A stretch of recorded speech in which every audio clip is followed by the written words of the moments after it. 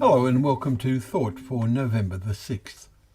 Our readings are taken from 2 Chronicles chapter 35, Hosea chapter 3 and Acts chapters 18 and 19. And our thought is, His goodness in the latter days.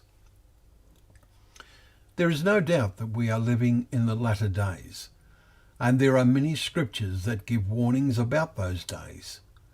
We read in Daniel how he told the king, "There is a God in heaven who reveals mysteries, and he has made known to King Nebuchadnezzar what he will do in the latter days."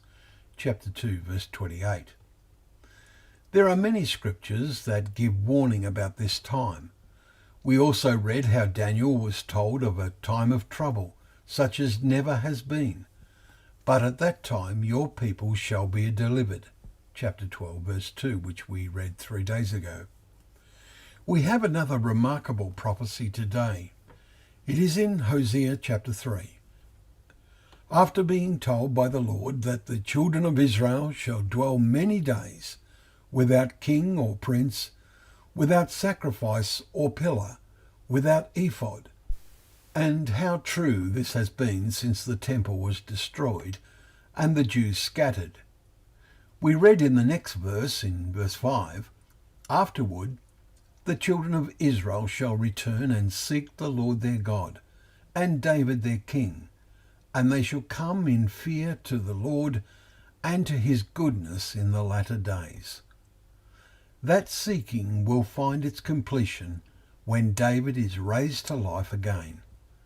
See his expression and his expectation in Psalm 17, verse 15.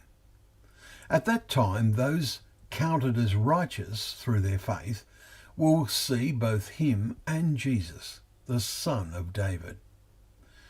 What a wonderfully succinct prophecy Hosea brings to us, and we await its fulfillment. Let us make sure we are already seeking the Lord and finding him, as we will recall that yesterday we read Paul was telling the Athenians to do. And let us not become too self-confident in doing so, noting the lesson in today's 2 Chronicles reading in chapter 35 about the later folly of good King Josiah, who had inspired the people with a great Passover gathering.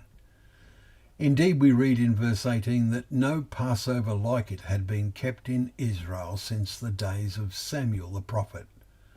None of the kings of Israel had kept such a Passover as was kept by Josiah.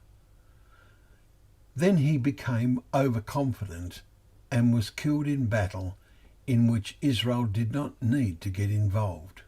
Verse 20 onwards. The scriptures are so full of lessons for us. Let us read them every day and heed those lessons so that we can live or be raised to see the completion of his goodness in the latter days, in which we surely live.